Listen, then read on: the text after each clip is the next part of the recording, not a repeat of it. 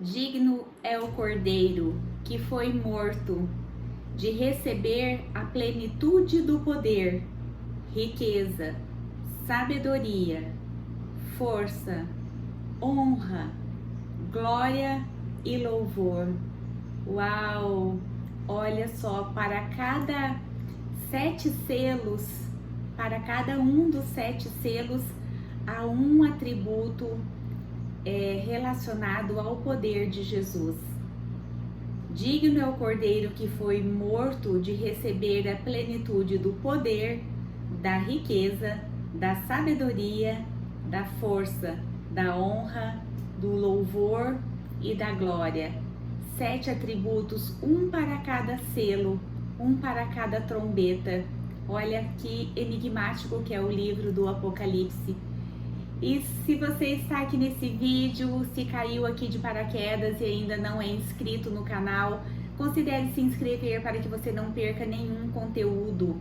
Esses conteúdos aqui postados são única e exclusivamente para abençoar, para edificar a sua vida.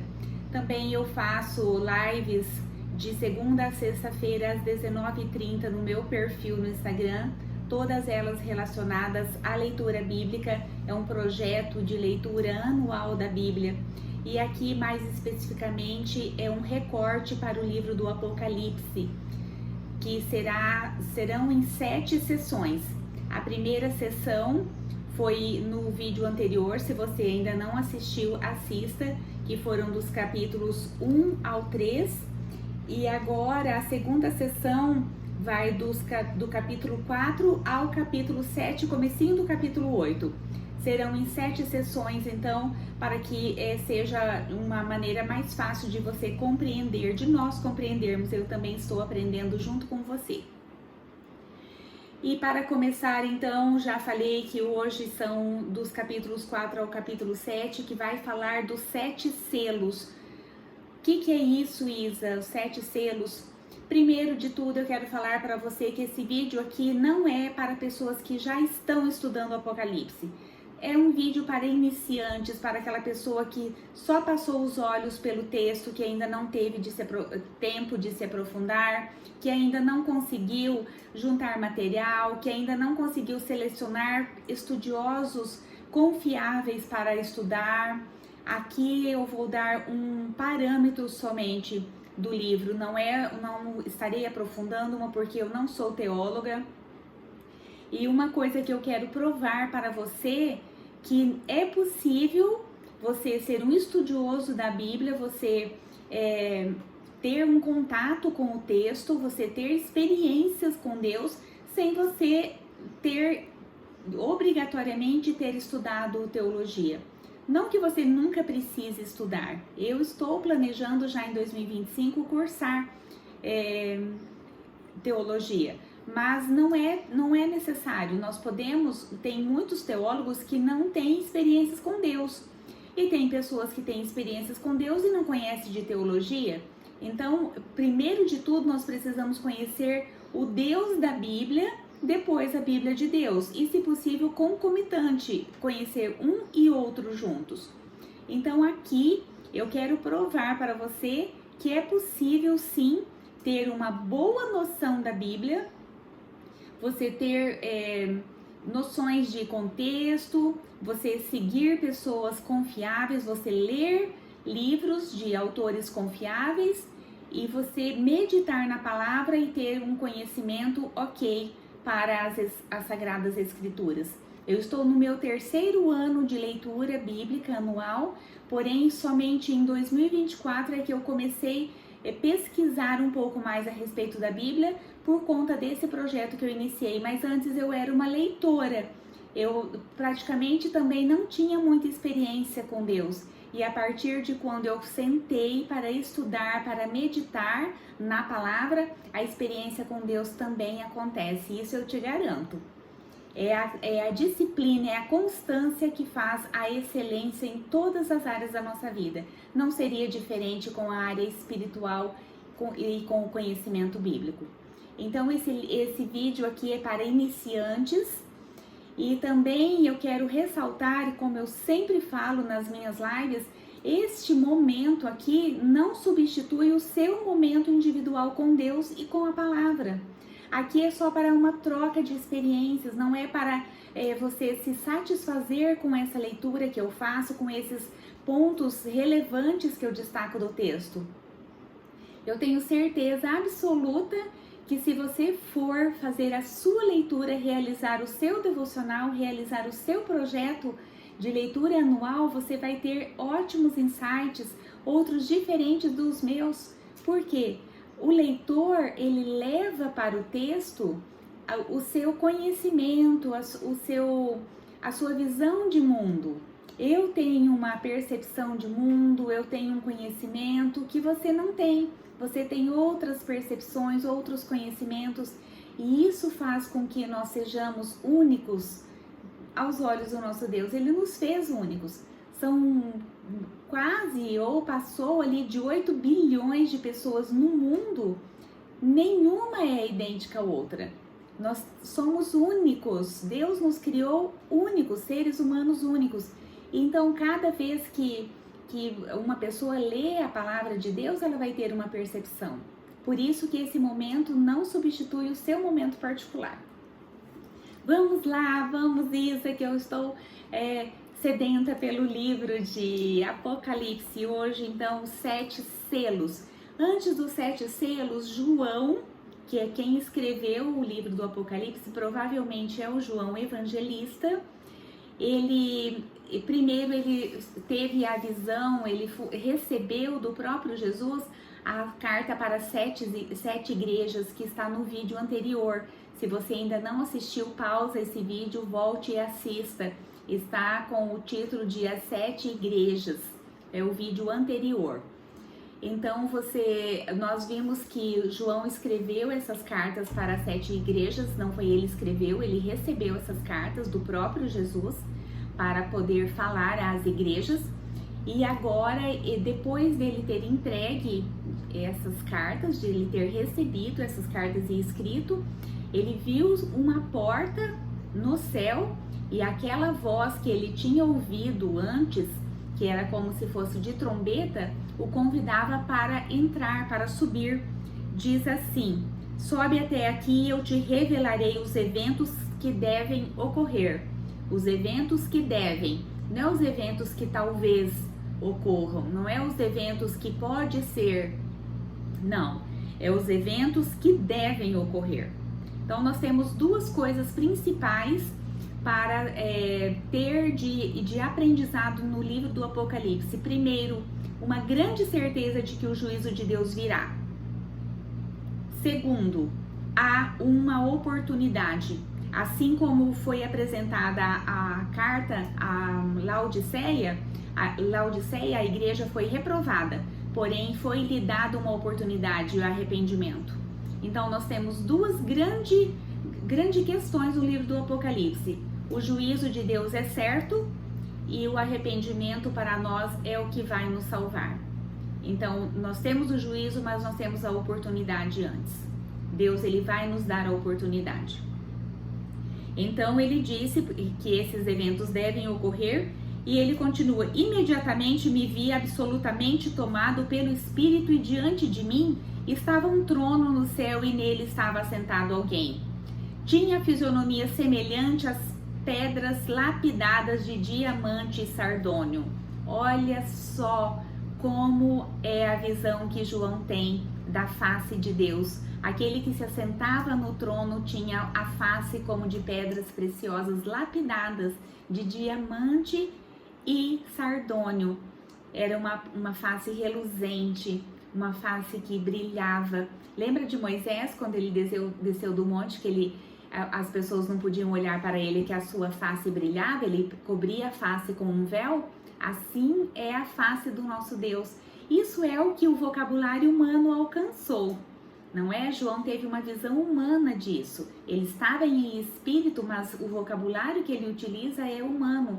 Então, tem muitos detalhes, muitas coisas, muitos mistérios em Deus que nós talvez nem consigamos falar. Não há palavras em nenhum vocabulário, em nenhuma língua do universo que pode traduzir esses detalhes, esses mistérios que Deus tem para cada um de nós, o que Ele guarda para si, como é a sua face.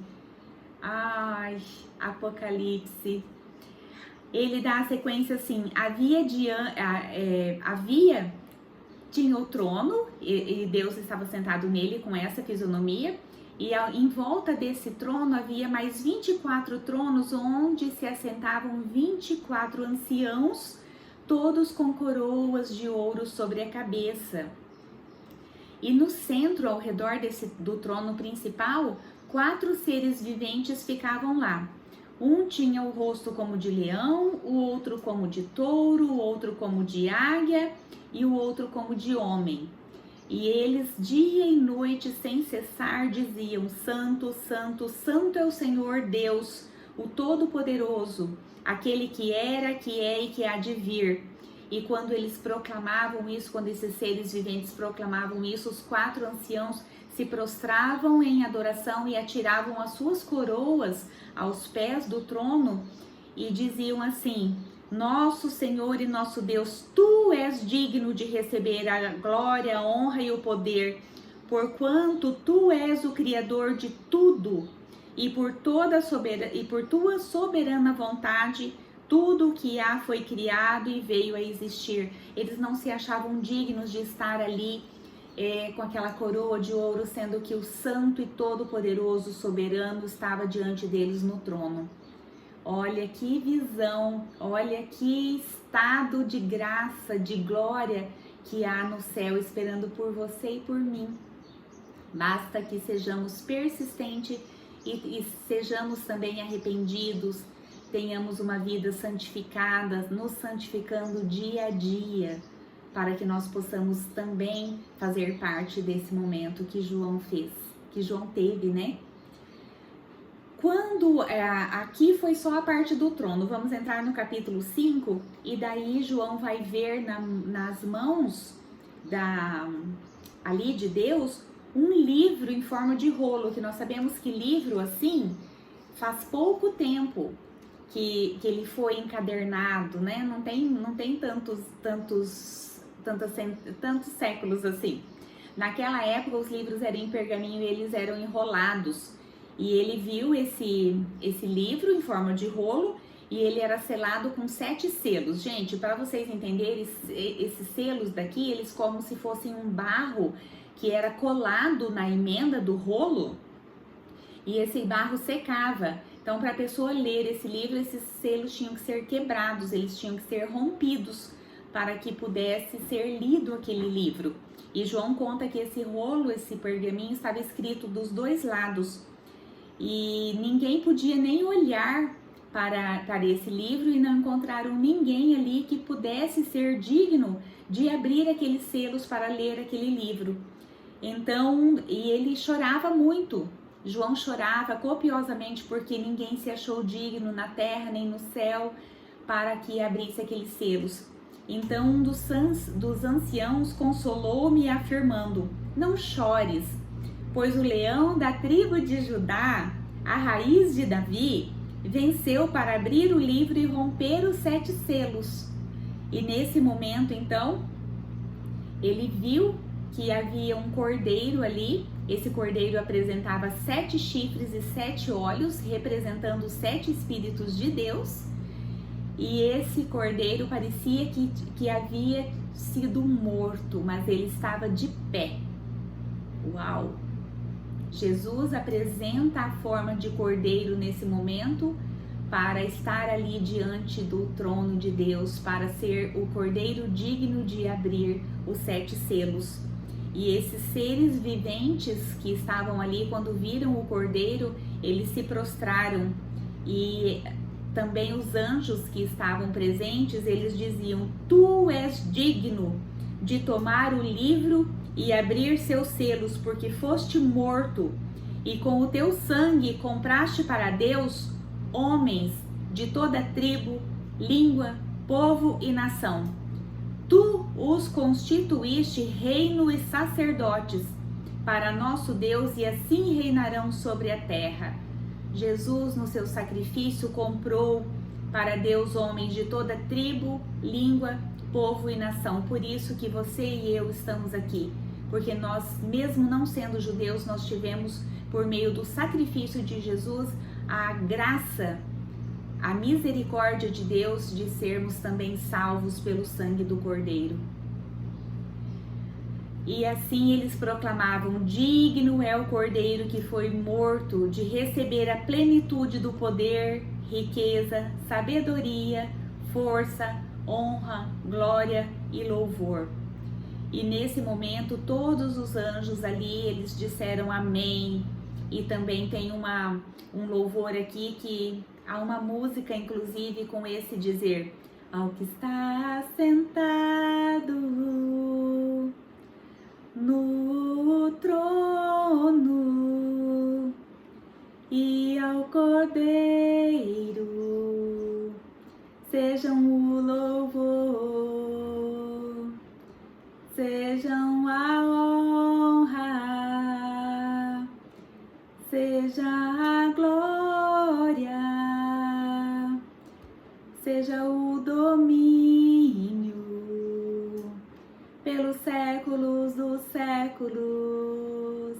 Essa é a música que se canta diante do Cordeiro, diante do trono de Deus, e todos ali bradaram amém, amém, e o adoraram. E assim, com essa experiência, com esse momento de louvor, com esse espírito de louvor, foram abertos os selos. Ao abrir-se o primeiro selo, um dos seres viventes que estava ali chamou: vem, e imediatamente entrou um cavalo branco, e a esse cavalo branco foi-lhe dado um arco e poder para ele, uma coroa, e poder para ele tentar vencer, digamos assim. Diz assim, ó: foi-lhe outorgada uma coroa e ele cavalgava alteinaramente como vencedor e determinado a vencer. Gente, aqui tem muitas divisões entre os estudiosos. Uns dizem que esse cavaleiro é Jesus, mas daí como que é Jesus se ele está abrindo selos? Outros vão dizer que é o anticristo. Eu sou adepta de acreditar que seja o anticristo. Por quê? Porque ele diz aqui assim: como um vencedor determinado a vencer. Jesus, ele não está só determinado a vencer, ele já é o vencedor. Então eu acredito que esse cavalo branco não é Jesus, que é o anticristo. E há outras possibilidades também, mas as duas mais fortes é que é Jesus ou o anticristo. E eu penso que é o anticristo porque ele vai vir no lugar de Jesus para enganar as pessoas. Então, esse cavalo branco, em minha opinião e na opinião de boa parte também dos estudiosos, vão considerar que é o anticristo. No segundo selo, quando foi aberto, também chamaram e entrou um cavalo vermelho. E a esse cavalo vermelho foi dado o poder de acabar com a paz sobre a terra. Então, esse cavalo representa a guerra. No terceiro selo entrou um cavalo preto com uma balança. Ele vai representar a fome, porque diz assim aqui: 1 quilo de trigo por 1 dinheiro e 3 quilos de cevada também por 1 dinheiro. Então haverá dinheiro para comprar, mas pouco alimento. Então o cavalo preto representa a morte. E o terceiro cavalo, que é um cavalo amarelo esverdeado, ele vai representar a perseguição aos cristãos, que alguns estudiosos vão dizer que são as seitas que matam em nome de Deus. Então, são 4 cavalos. O branco representando aqui, em minha opinião, anticristo, o cavalo vermelho representando a guerra, o cavalo preto representando a fome e o cavalo amarelo esverdeado representando a perseguição aos cristãos. O quinto selo foi aberto e quando abriu-se o quinto selo, João viu almas embaixo do altar que clamavam a Deus que ele fizesse justiça pelo sangue deles derramado, Porém, foi-lhes dito para que eles esperassem mais um pouco ainda para que se completasse o número de mártires que haveriam de morrer também como eles morreram. Este foi o 5º selo. O 6º selo foi um grande terremoto. O sol ficou escurecido como coberto de roupa de luto, a lua se tornou como sangue, as estrelas do firmamento caíram sobre a terra. E alguns dos mais nobres, os príncipes, os reis, eles entraram em cavernas, em fendas entre as rochas e diziam assim: caiam sobre nós e ocultem-nos da face daquele que se assenta no trono da ira e do cordeiro. Porquanto eis que é chegado o grande dia da ira deles, e quem poderá sobreviver? Então essas pessoas aqui, quando abriu o 7º selo, o 6º selo, perdão, que veio toda essa visão cataclísmica que nós já vimos em outros, nos evangelhos também, Jesus mesmo falou que a lua ficaria como de sangue, o sol escureceria. Esse é o grande terremoto na abertura do 6º selo. E as pessoas que tinham poder financeiro, né, poder de compra, eles se esconderam nas fendas das rochas e eles, ao invés de se arrependerem, como foi pedido à igreja de Laodiceia, eles fizeram a oração de que aqueles montes os escondessem, caíssem sobre eles, porque eles tinham medo da ira, eles tinham medo do juízo, mas não foram ao arrependimento.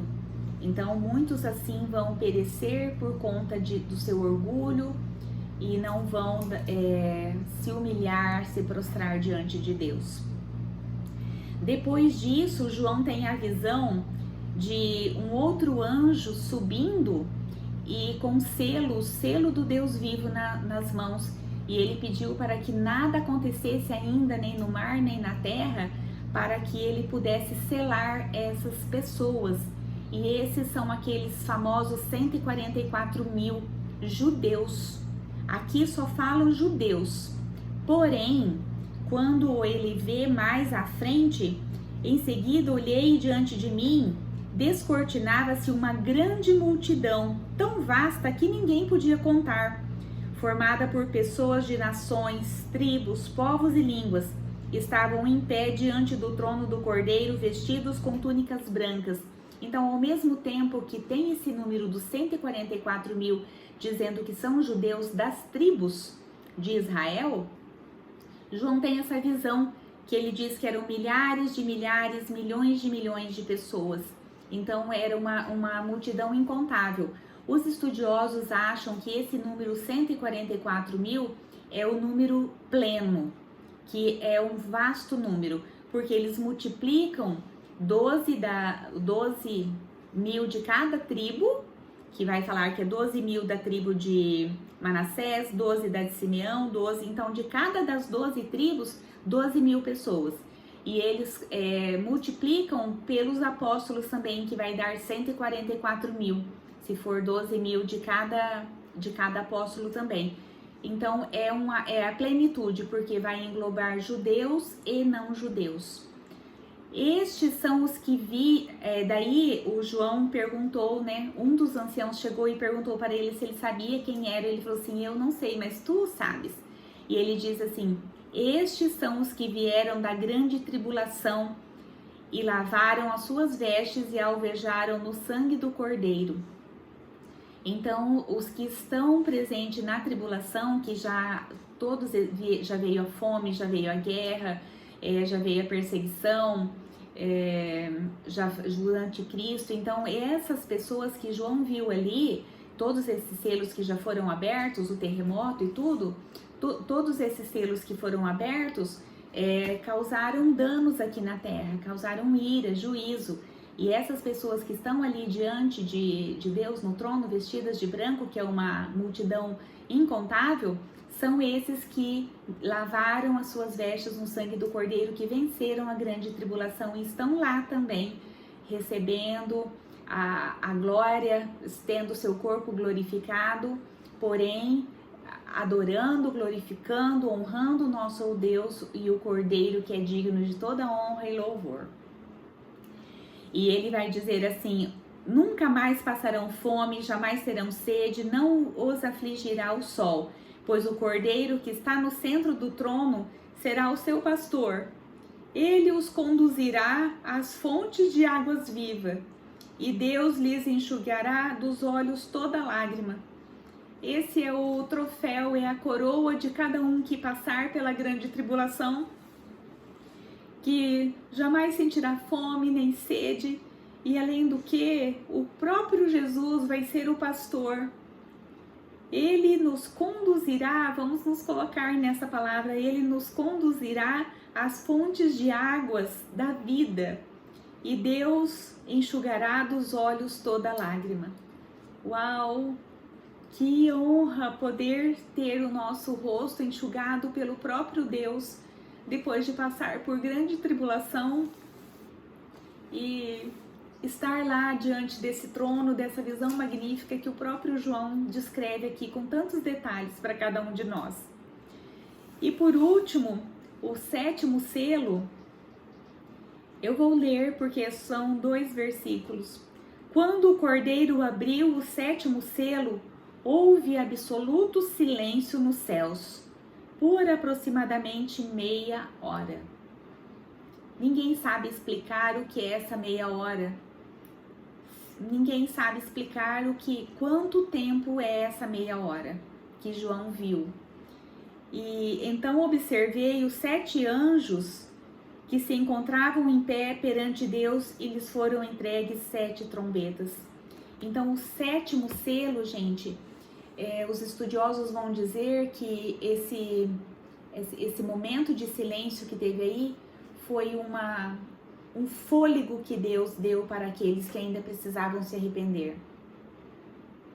Porque se os selos foram grandes iras, as trombetas serão piores e as taças serão piores.